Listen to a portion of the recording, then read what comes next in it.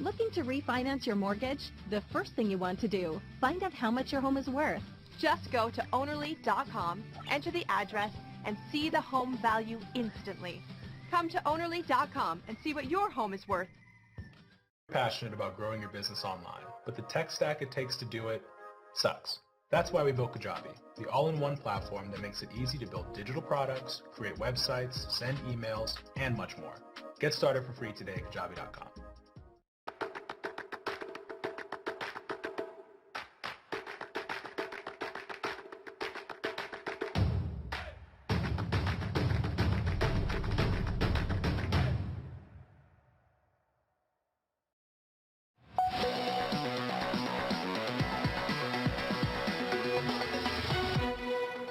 Live from New York City this morning. Good morning to you all. Around about 20 seconds going into the opening bout. A shape of things as follows. Futures up 5, up around about 0.1%, down 3 on a Russell, negative a tenth there on the Nasdaq 100. What a run we've had. Up around 40 points right now, up 0.2%.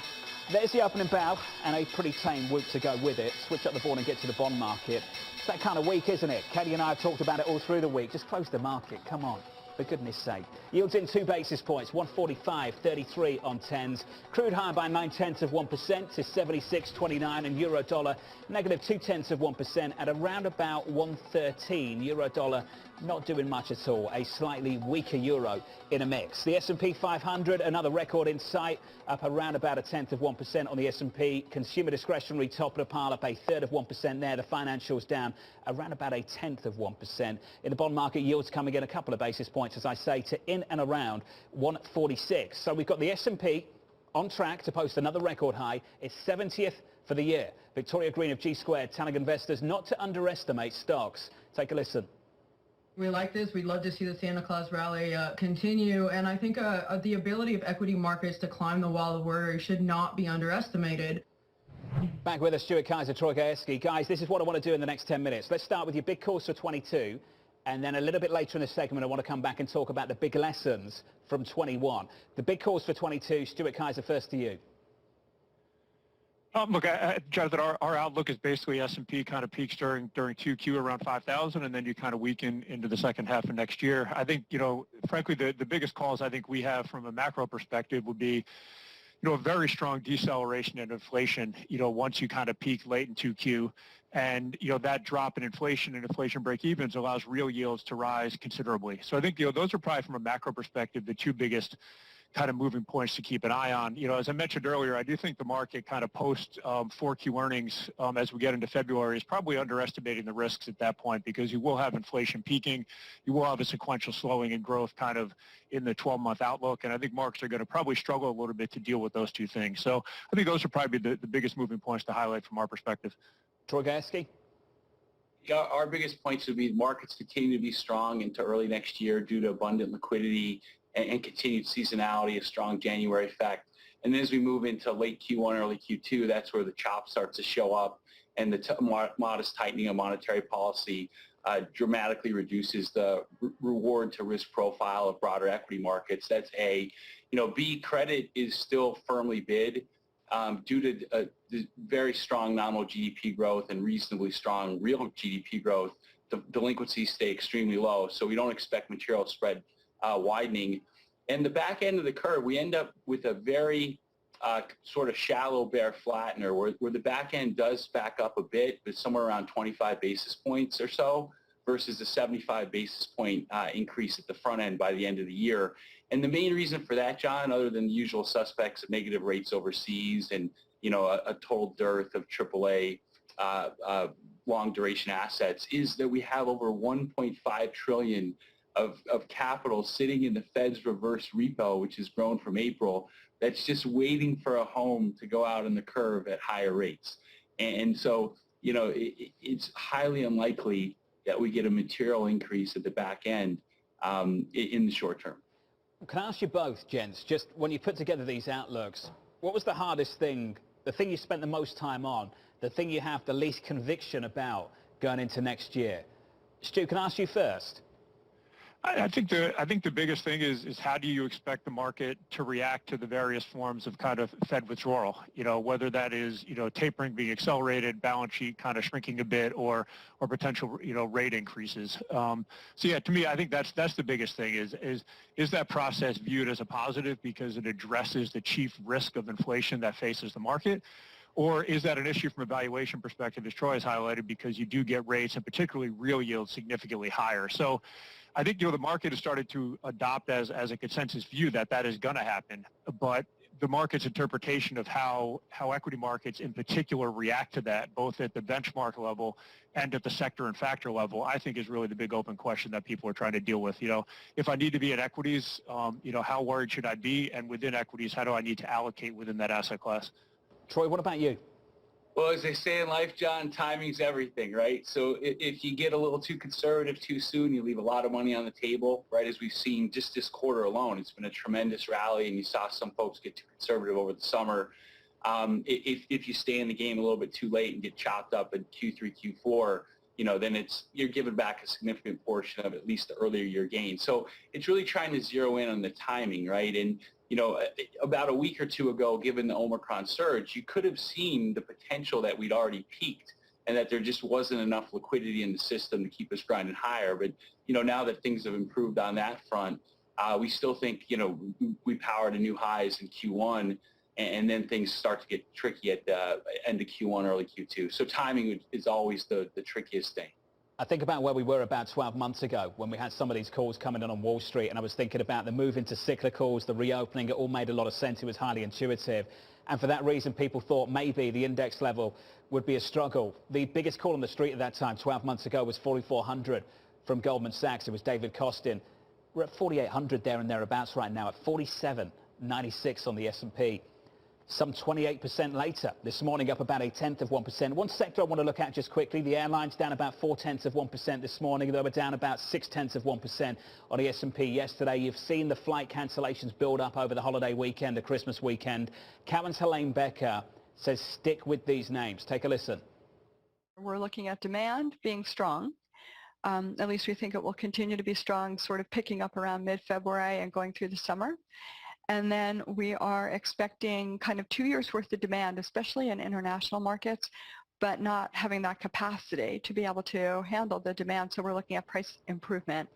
On the story, here's Abby. Well, John, that's an interesting call for sure. And from a pure stock standpoint, it could be a nice catch-up call. I'll get to that in a minute. But first, there's no doubt right now traveling in the U.S. by plane is somewhat of a challenge. On the 26th, we had more than 1,500 flights canceled. Yesterday, just a little bit shy of that number. So far today, about 700 and counting. Crew shortages continue to weigh given the challenges from Omicron. But relative to the stocks on the year, the airlines are really lagging, not by a huge degree, but nonetheless, if you compare the S&P 500 airline index on the year, down 2%. When you take a look at it relative to hotels, up 21%, and the transports up 32%, despite the supply chain issues. That is the best year since 2013. So again, maybe there is a catch-up trade from a pure stock standpoint for the airlines, plus those fundamentals that Helene Becker was talking about. As for Omicron, we are, of course, at that record daily global count of 1.44 million. The average closer to above 800,000.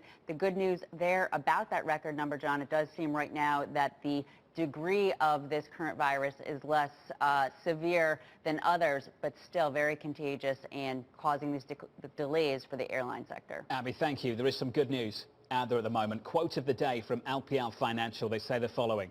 Whether it's optimism over a coming new year, holiday spending, traders on vacation, institutions squaring up their books, or the holiday spirit, the bottom line is that bulls tend to believe in Santa. Kelly Lyons has more. Hey, Kaylee. Hey, John. Well, of the few people out there trading today, it does seem to be the bulls. Light volume, gotta say it, even though stocks are positive today. We're looking at volume that's like 59% below the 20-day average. So should the market be closed this week? Maybe, but that's the conversation for another time. The Santa Claus rally, though, is definitely there. Of course, it's defined by the final 5 trading days of the year and then the first 2 days of the new year. And that certainly occurred on the first day, which was yesterday, a 1%, a 1.3% gain for the index. And in the years that has happened on the first day of the Santa rally, you've usually seen the gains continuing after that. And I would also say Santa Claus has come to this market in about 80% of all the years since the start of the S&P 500. And of course, yesterday's gain in particular, as we've said many times this morning, was the 69th all-time high on the S&P 500 this year. Could be 70 if we do indeed close in positive territory today. That is the most all-time highs we have seen in any year, going all the way back to 1995. Represents about a third of all of the trading days in 2021, a record high in about 1 and 3 days. Just a word of caution out there, though, John.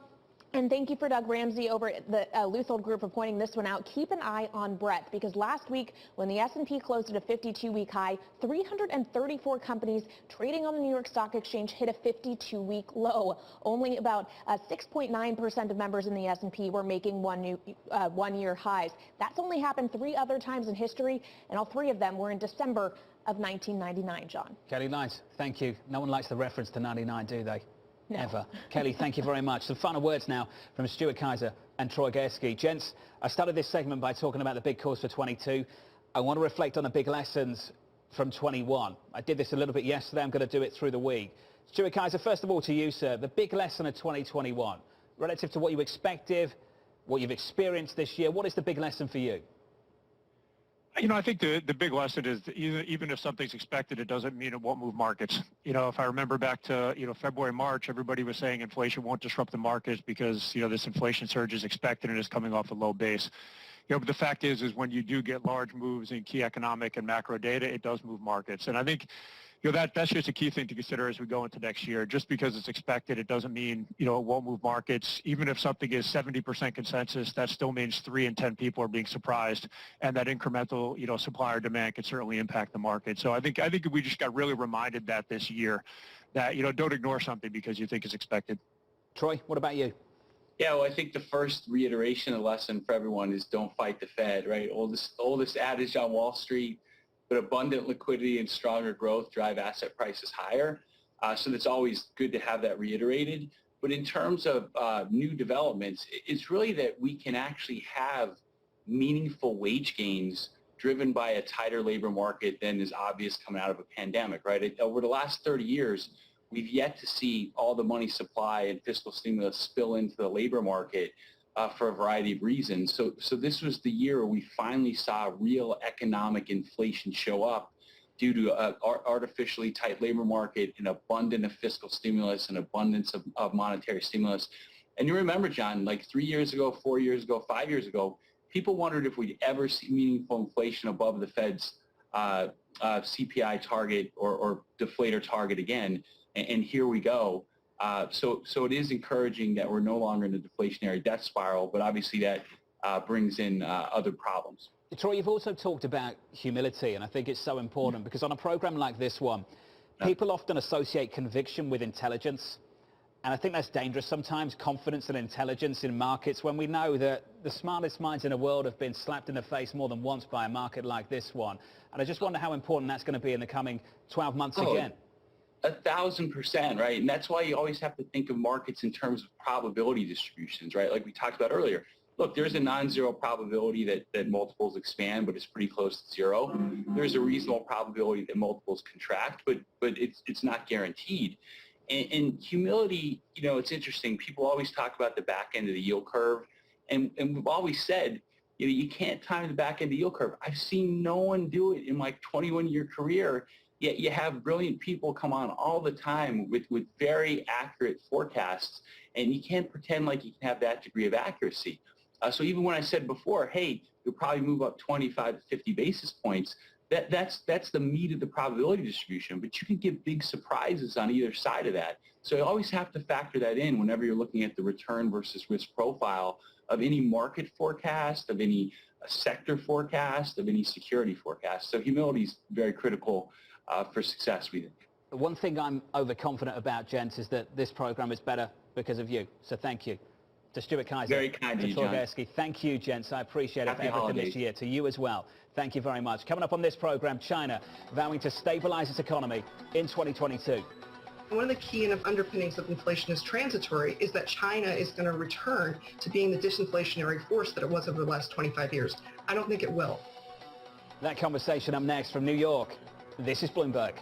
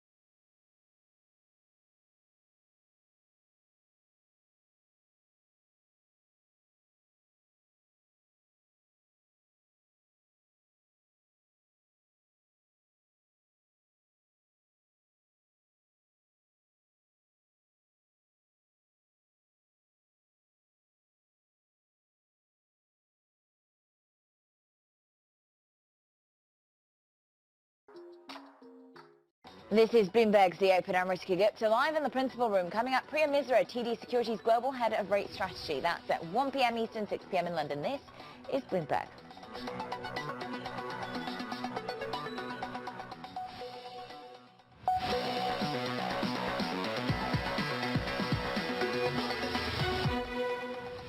We list China as our second largest risk after the virus, and that is because there's just a lot of places where the U.S. and China are butting heads, whether it's human rights, whether it's trade. That U.S.-Chinese relationship, which has really facilitated easy supply from China over to the U.S. to U.S. consumers, I think that gets threatened to some degree, and it can be threatened very quickly overnight. And so that's a risk factor that we clearly are monitoring in our portfolios.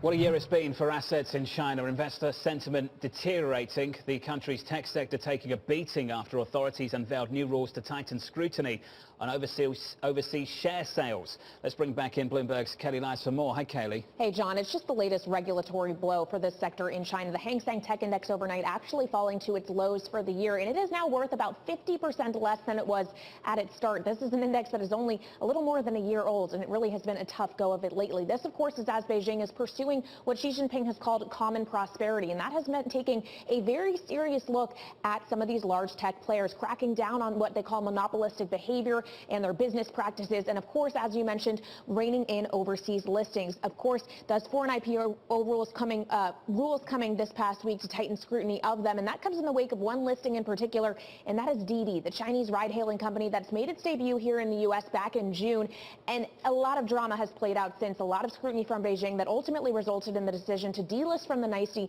and relist in Hong Kong. And get this, John, the stock down 61% since that listing.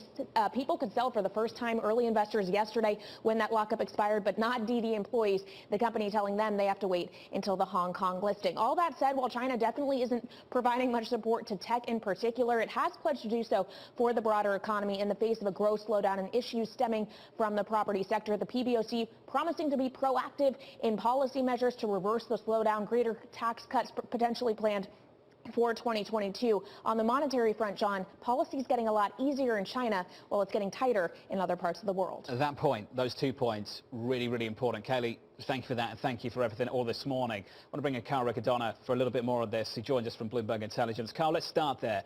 The Federal Reserve is talking about tightening a little bit. No idea whether they actually managed to tighten financial conditions or not. Carl, the PBOC is doing something different. How important is that divergence for next year for you, Carl? Well, that divergence is going to be critically important for both the global economy and as we look at the domestic U.S. economy, because China has acted as a great shock absorber for a lot of the inflation pressures percolating through supply chains at the moment. And certainly ships parked at Long Beach are leading to the, contributing to the bottlenecks. But if we look deeper into the details of, the stages of production in China, we can see from the PPI data that they are, in fact, a significant inflation buffer. Now, as we look at the divergence in policy that you're highlighting, John, where I think the Fed will be able to tighten policy, and China's probably going to have to do more to support growth for the reasons Kaylee highlighted, that should lead to a move in the currency, which hasn't transpired just yet. So if the Fed is tightening, China is steady or easing, we should see some weakening in the Chinese currency, which would then further contribute to some of those disinflationary pressures. Carl, what has contributed to that strength we've seen in the Chinese currency this year? I've picked up on that theme a few times over the last year or so. We've had broad-based dollar strength. Outside of that, though, and a lot of that's come against the euro, of course, but outside of that move on the dollar index, we've seen this Chinese currency, which has been really steady and sometimes quite strong. Carl, why? I wish I could answer that question, John. That is a mystery that seems to be defying economic fundamentals at the moment. China has some real headwinds for growth, whether it's the tech and monopoly crackdown, the zero-tolerance policy for COVID cases, which is leading to much harsher brake pedal on domestic economic conditions. The property construction issues are also slowing domestic demand. one would expect the currency to be responding by weakening, and that has not been the case now. It's kind of a managed float, John, if you will, and so there are some other factors here that are leading to that yuan strength, and I question whether that can persist into the new year, but we'll have to see if market and economic forces become a more dominant driver. Carl, you're a good man. I hope the family's doing well. Looking forward to catching up soon in the new year. Carl Riccadonna there of Bloomberg Intelligence. Your equity market positive by almost 0.1% on the sector price action. Back with us, here's Abby. John, not surprisingly, with that very small gain for the S&P 500, albeit another all-time high. Not a lot happening sector-wise. I know you're not supposed to say that, but it is the truth. We don't have any sectors moving more than 0.5%. The best financials, oddly, up 0.4%, even though we have yields for the most part down. The worst sector, also odd, because yields are down, so you would think that that would take off valuation concerns. Information technology down 0.3%. But again, very small action volumes, less than 40% of the 20-day average, helping to explain these muted moves. On the year, though, one move that is not muted, the stocks. Today, hitting an all-time high, right now retreating from it, but the stocks really just stands out, up 44% on the year, valuation well above 20 times PE. The big question, though, that you've been talking about all morning, will these gains last into next year, or will that congestion we're looking at on this chart here, will that move to the downside? We'll have to wait until 2022. Abby, thank you. On the equity market, on the bond market right now, yields at the front end basically unchanged. They come in almost half a basis point. Not much price action here to about 74 on 10s at about 146. Yields come in a couple of basis points. On 30s, we're down 3 to 185. That's the market action. Up next on the program, the market moving events you need to be watching. Your trading diary. Your very, very quiet trading diary going into the weekend. From New York, this is Bloomberg.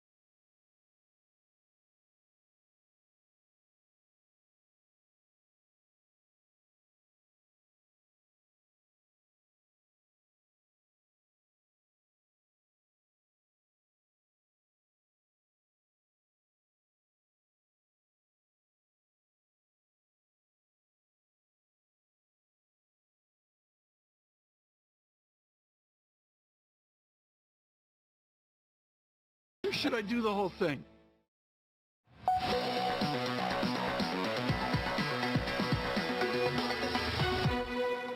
25 minutes into the session this Tuesday morning. Good morning. Here's the price action. The S&P up around about 0.2%. We add some more weight to the S&P, another 11 points. We are through 4,800 on the S&P 500. Your 69th all-time high at a close yesterday.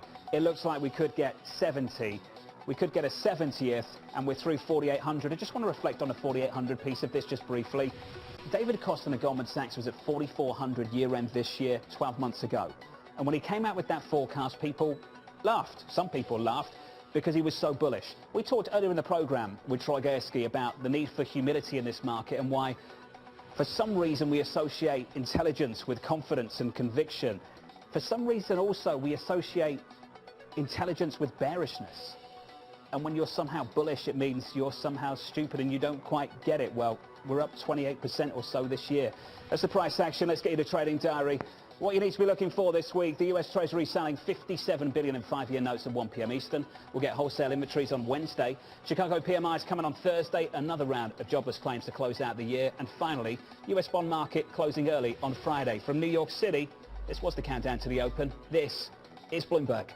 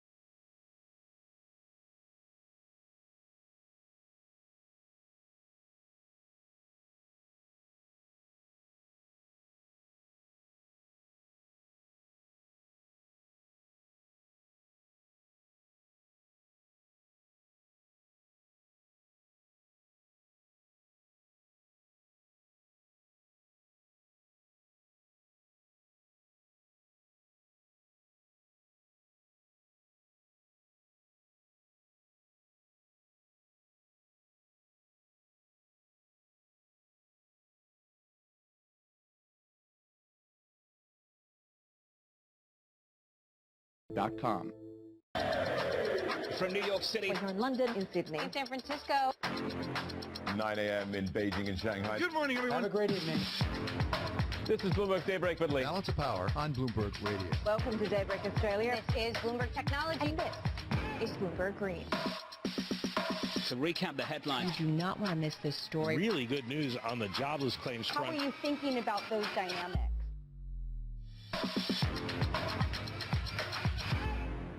Protesters breached the Capitol. Container ship blocking the Suez Canal. Of crypto coins cracked down on tech in China. In the billionaire space race. Delta variant. The chip shortage. Afghanistan. Rising energy prices. The Omicron variant has treated.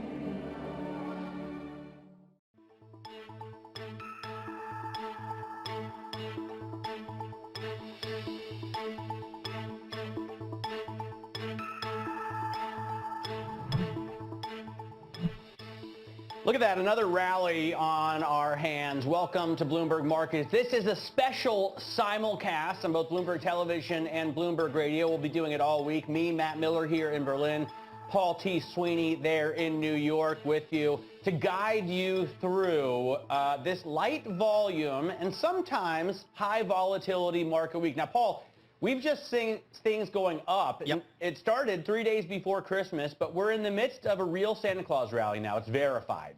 It's verified. I'll go with it. It's got that blue check mark, I guess. Yeah, we got some movement up here. We got the S&P up 0.2% and the Dow up 0.5%. NASDAQ lagging a little bit, but again, some green on the screen here. Despite some of the challenges we see out there with some of the negative data points on the Omicron variant that continue to pile up, I think people are generally trying to look to the other side of that, and that's kind of where I think the market's kind of focusing right now. Yeah, absolutely. Now, I will say that I think one of the pieces of news around Omicron we got was pretty positive. Yes, we got the most daily infections ever globally, 1.4 million new infections, but we got CDC guidelines saying that after you've gotten infected, if you're asymptomatic, then you can return to work within 5 days rather than having to wait 10 days. That's got to be good news, you'd think, for airlines, retailers, manufacturers, etc. The other thing I noticed, speaking of blue check marks, are you not verified on Twitter? I tweeted to you earlier and I didn't see a blue check mark by your name. I'm probably not. I mean, why would I be verified? Why would Jack Dorsey verify me? I don't know, but it makes it confusing. I expect a person as important as yourself to be verified, so I wasn't sure if I was tweeting to the right Paul T. Sweeney. Well, there's only, I mean, how many can there be out there? But when I was thinking about the, the quarantine being lessened, cut in half, I was thinking about sports. I mean, getting athletes back into the game so they can, play these bowl games. I think it was driven by the NFL and by the NBA and a lot of that. People saying, hey, we need to get our players back. And because we're canceling too many games and these seasons are at risk. So that's kind of how, when I saw that news coming out of the CDC, I said, I think the NFL maybe made a phone call or two. Well, I guess you can tell a lot by a person when you hear how he or she reacted to that news. I was thinking about the Rouge, Ford's production line, hoping they can get those trucks out, get them onto dealer lots. There's so much demand for Chevy, Ford, GMC products that aren't hitting the lots. We're seeing MSRP plus 10 or MSRP plus 15. And I think that's difficult. An economy can't hum along without enough pickup trucks, right? Ford F-150 for you. Well, maybe. I don't want to claim an allegiance. I still have to choose. I'm also looking at a GMC Yukon. Okay. There's a dark horse, a possibility of a Dodge because they have the 6.4-liter biggest displacement in light-duty trucks. I won't get into the car talk right now. We'll get back to the markets. Abigail Doolittle is standing by with a look at this rally. Abigail? Well, your car talk is certainly very compelling, Matt. And stocks, well, as you both were just talking about, they are higher. We have another all-time high for the S&P 500, up a fifth day in a row. That's the longest winning streak for the S&P 500 since early November. So the bulls are out once again, but super light volume, 40% below the 20-day moving average, as had been the case yesterday. Also higher, the NASDAQ 100 not so long ago had been slightly lower. So mixed markets turning to green markets. Speaking of green, oil up more than 1%. That's the best stretch, up also for a fifth day in a row, the best stretch since the end of October. And that suggests what you guys were just talking about, that traders are believing that maybe this Omicron variant is not going to disrupt the economy all that much. And then Moderna up 2.3%. This, of course, as one of the vaccine makers. Now, Apple, interestingly enough, last time I checked, down ever so slightly. That happened the last time I was on $3 trillion watch, which is the case today. But if the stock can somehow eke out 182.86 today, it will pass that $3 trillion mark. It's incredible that this is the world's largest company, simply up and away on the year over the last 3 years in case. I'll have to do a little bit more math on that. But it has a larger value, its market cap, but of 8 country market cap. So pretty ridiculous there. But Bitcoin not participating, similar to Apple in today's rally, but in a much bigger degree, down 3.5%, back below that $50,000 per Bitcoin mark, taking many of the Bitcoin stocks with it, including Riot Blockchain down 4.4%, Marathon Digital down even more, down 6%, and then finally, but not least, MicroStrategy. For me, that's a blast from the past, back in early 2000. I'm dating myself here, of course, but a software maker. But now they have Bitcoin on the balance sheet, but today down 3.2% in sympathy with Bitcoin. All right, Abigail, thank you so much. We appreciate that. Abigail Doolittle giving us the market update here, and we are higher yet again. Looking at the SPX year-to-date up just about 28%, which, boy, you got to say, all right, what do we do as we flip the calendar here for 2022? Let's check in with a professional. Anderson LaFontaine, Miracle Mile Advisor, Senior Advisor. Anderson, thanks so much for joining us here. All right, 2022, what do I do in the equity markets? I just had a rip-roaring 2021. What are your thoughts? You know, we're saying the same thing. Omicron is spreading like wildfire, but it's clear that it's not as serious as Delta. It's still a puzzling time for investors. You look around, 2, 3, 4, 5 people you know closely have Omicron. Flights are getting canceled left and right, but still the markets are at all-time highs. So what we have to do is find opportunities. One area that we like a lot is energy. We're viewing this as a reopening play. There's been significant diminishment in usage during the pandemic, and now demand is back, but supply is not. We think it will take a few years for supply to be able to catch up to demand, so we're expecting a high in 2022 and again in 2023. Even though energy was one of the best sectors this year, we still think at a longer term, there's still room to run. So at a 5-year basis, we think this is going to be a good area that investors should be looking at for 2022. So you expect demand to continue to pick up despite this Omicron variant? You think the severity of the disease is going to be relatively low enough compared to previous variants that people are going to just sort of weather the storm for 3, 4, 5 days, a couple of weeks, and then get back on those planes, get back into those stores, get back into hotels? Exactly. I mean, I'm definitely not a COVID specialist, that is for sure. But what we're seeing with each of these variants is they're just not as severe. I mean, we're just speaking about, the CDC reduced the quarantine period from 10 days to 5 days. That's pretty positive in terms of the asymptomatic people that are vaccinated, that are boosted. If you go to the airport in terms of actual real life experience, you're seeing many, many people, shortage of employees, lines up the wazoo trying to check your bags and get on flights. And we think this is going to continue to happen. Omicron is obviously a little bit scary. And when it initially came out, the markets reacted. But now we're seeing you can live with it and move on. So we think that energy will continue to outperform.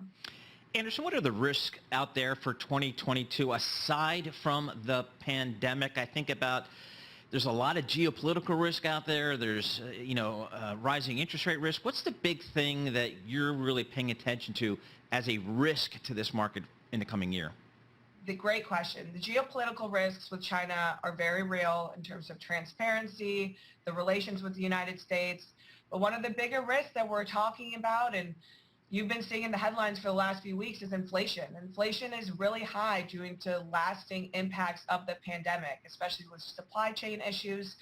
People are having a hard time keeping up with the increased demand, transitioning from working at home to now working back where they need to be.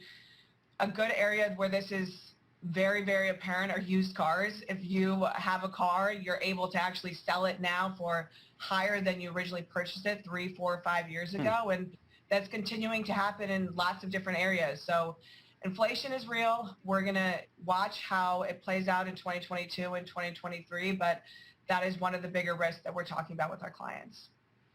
Anderson, thanks so much for joining us. Anderson LaFontaine, Miracle Mile Advisors there. She is right, Paul. I got to say, as somebody who's cashed out of a couple of used cars for a profit, previously these things weren't thought of as good investments, recently bought new cars, and now it looks like people are making money on them. Yeah, I mean, so you sold the Porsche. That's epic. Well, it's out there. Let's just say it's out there. Carnival Cruises climbing 4.1%, the highest in over a month. This is Bloomberg.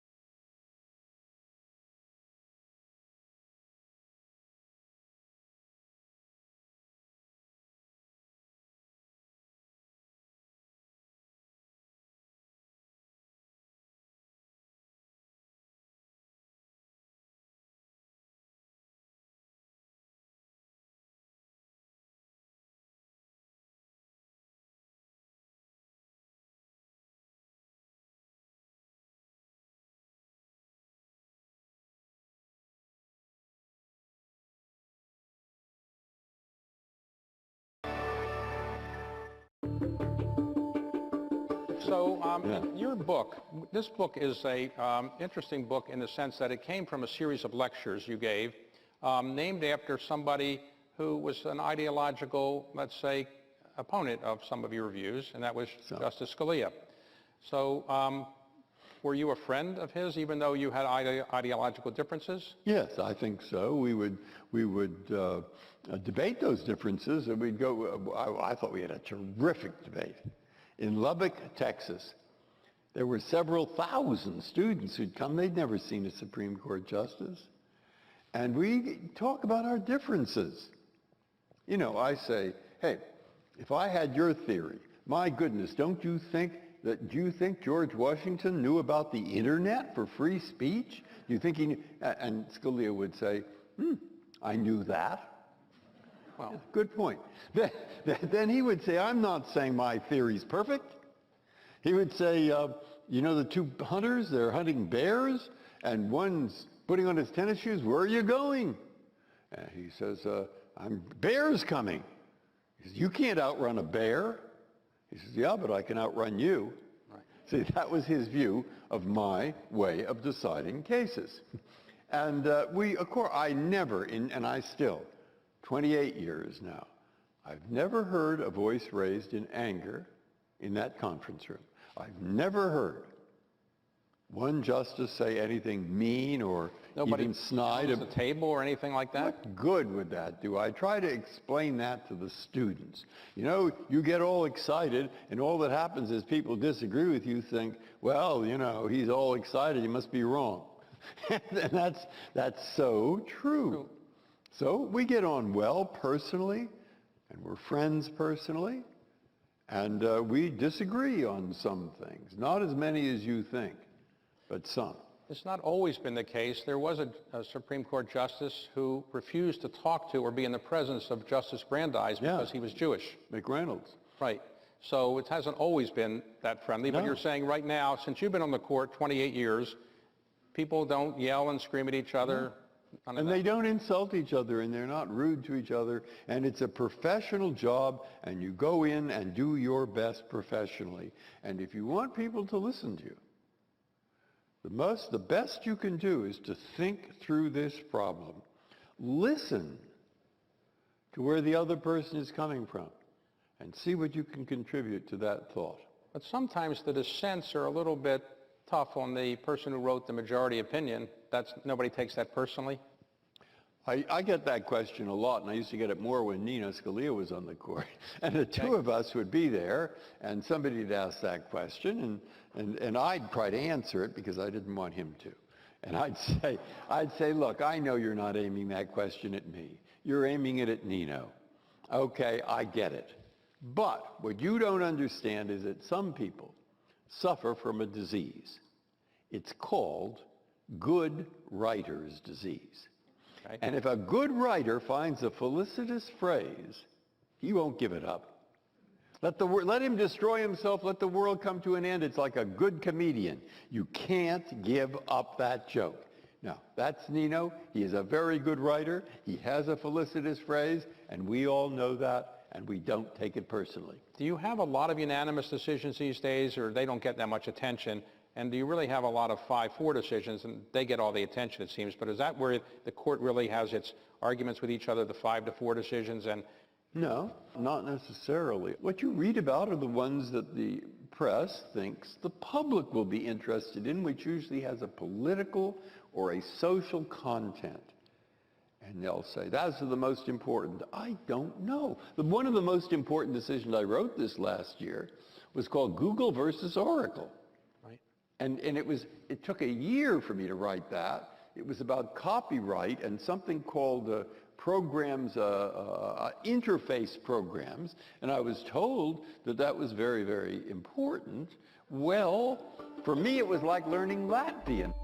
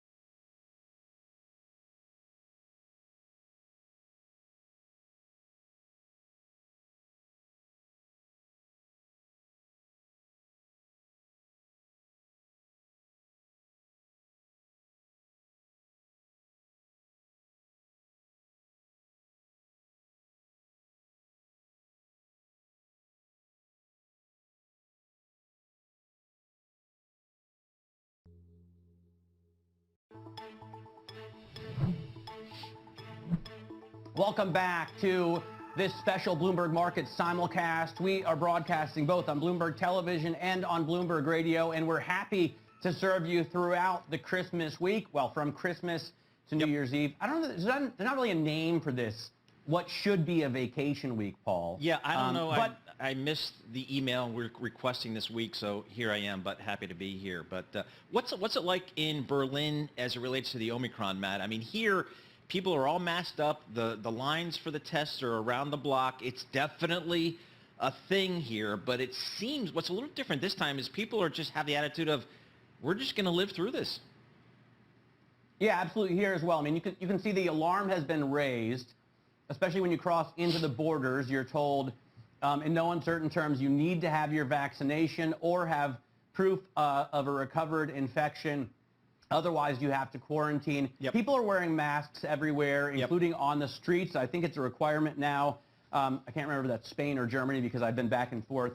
That you have to wear a mask on the streets. You certainly have to wear them anywhere else. But they're pretty careful. The government's pretty careful not to really lock down the economy. Unless you're unvaccinated here in Germany, you're still not really under any kind of official lockdown.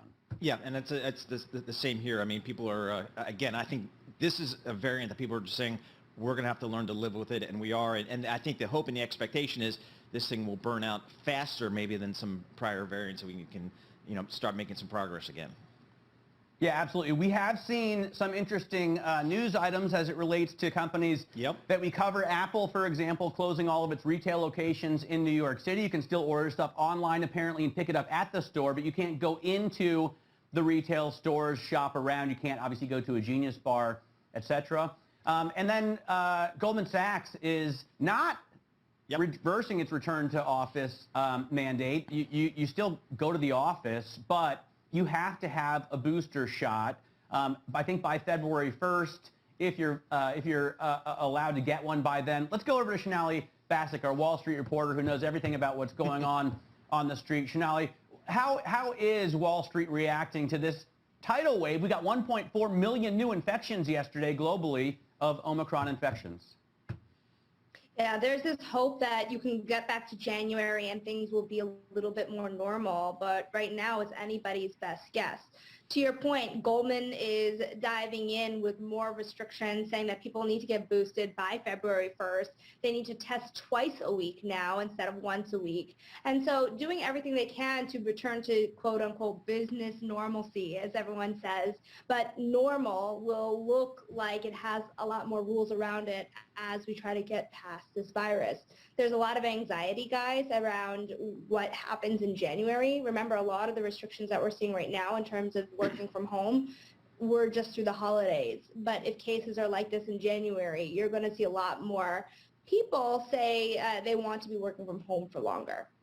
And Shonali, as I think about, some of the messaging from the investment banks here in New York, I think about one side of the pendulum would be Goldman Sachs and maybe Morgan Stanley, who are pretty aggressive in terms of getting, and JP Morgan, I'm sorry, in terms of getting people back to the office. And maybe a little bit more towards the other side would be somebody like Citi, who seemed to take a little bit more of a laissez-faire attitude. And they thought, Citi was saying, we think this might be a competitive advantage in terms of hiring. Are we seeing any impact of that at all? It depends on what you want on Wall Street. If you want to go in the office, remember, it's hard for young people to get a new job and then not have that mentorship. And then you have Goldman, which has a lot of investment banking and traders, say that you really need to be in the office to be more competitive, and it's really hard to know whether it pays off or not. But if you look at the numbers, Goldman has really been winning by a landslide when it comes to that mergers and acquisition activity. They and Morgan Stanley right now are tied at number one according to our league tables on book running IPO deals as well. So it's not that, the firms that have been a little bit more laid back, they've still won business. But the firms that have come in have definitely won business at a greater scale. And so you have to wonder at that point, again, do you want to work for a bank that is there, or do you want to have that more laid back kind of atmosphere? And again, it's a personal preference at the end of the day. Time will tell at the end of the day, because if after Omicron, the more relaxed kind of work from home environment stays, then let's see what that means when things kind of return to normal.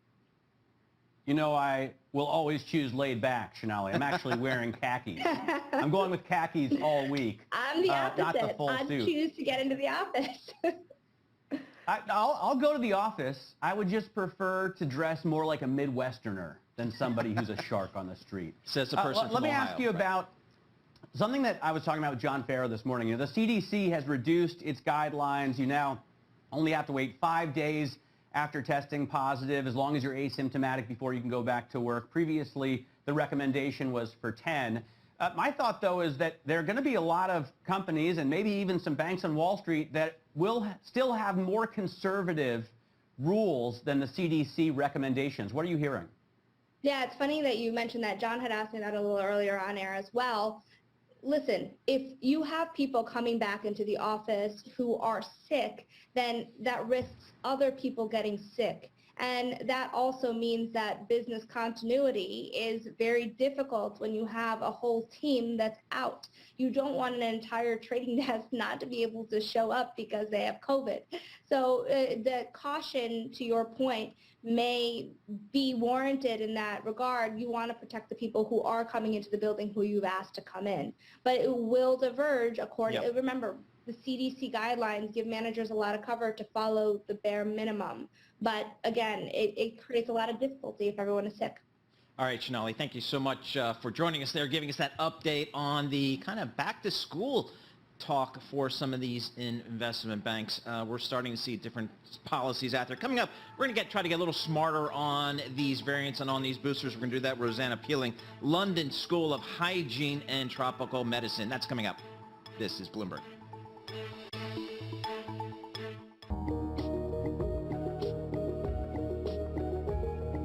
It's incredible. In the empire of accomplishment, Blue Origin for Jeff Bezos is kind of, you know, the tarnished jewel, at least right now. The ugly stepchild? Or let me put it, let me use the metaphor they use. It's the tortoise and not the hare. Okay. He always wanted to go slow. He wanted to constrain the investment. He wanted to keep the team small. And he wanted to move step by step. And so suborbital, or the edge of space, and bringing tourists there was going to be the first step. And then they would get to orbit. And then they would go to the moon. And what happened was the hare came along. Elon comes along, finances it with venture capital, and then government contracts, and gets all the glory, and they do quite well. And I think Bezos, you know, has a fair amount of, I don't know if jealousy is the right word, but curiosity that here Elon is getting paid by the government to launch, and he is still funding Blue Origin to the tune of $1 billion in Amazon stock every year.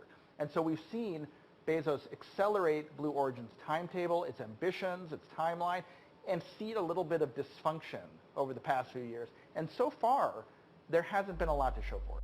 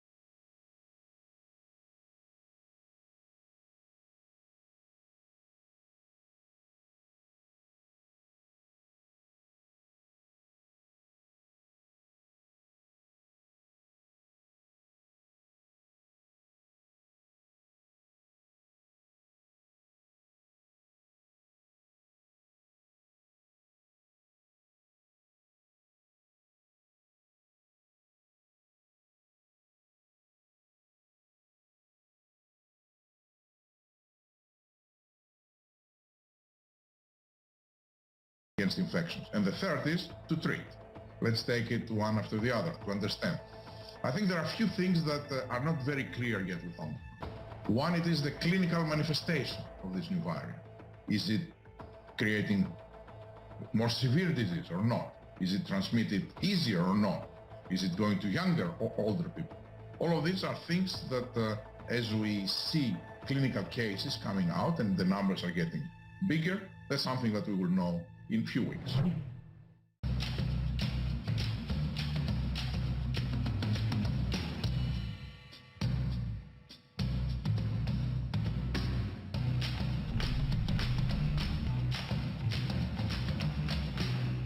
In the Russian Southern Republic of Kalmykia, Svetlana Botseva makes her 4-hour drive to check on the damage done by climate change. Over the past 5 years, Svetlana, an expert in arid land management, has been planting Calagonum shrubs throughout the region in hopes to slow down the acceleration of desertification. With their roots binding to the soil, they can withstand the advance of the desert.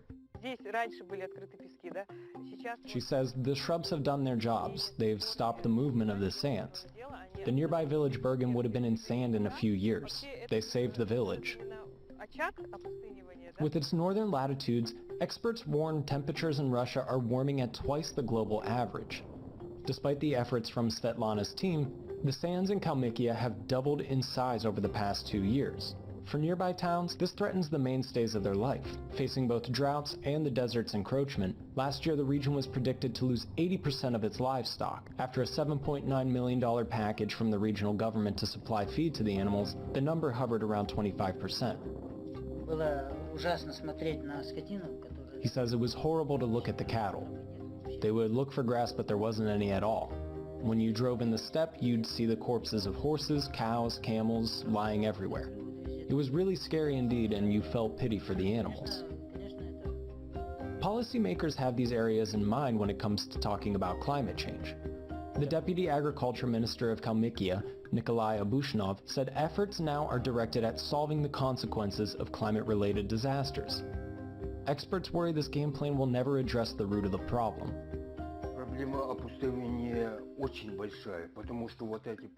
He says the problem of desertification is really big because of the past couple of years that have been dry, overgrazing by cattle which exceeds all norms, and most importantly, the pastures are not rejuvenating. While the Russian government has drafted a more aggressive decarbonization plan, setting their net zero carbon emissions target by 2060, that time may come late for the herders who make up the villages in the region. He says, the main enemies are sand and the wind and heat. There's always been heat, there's no escaping it. But lately, it's getting really hot in the summers and the winters are warmer.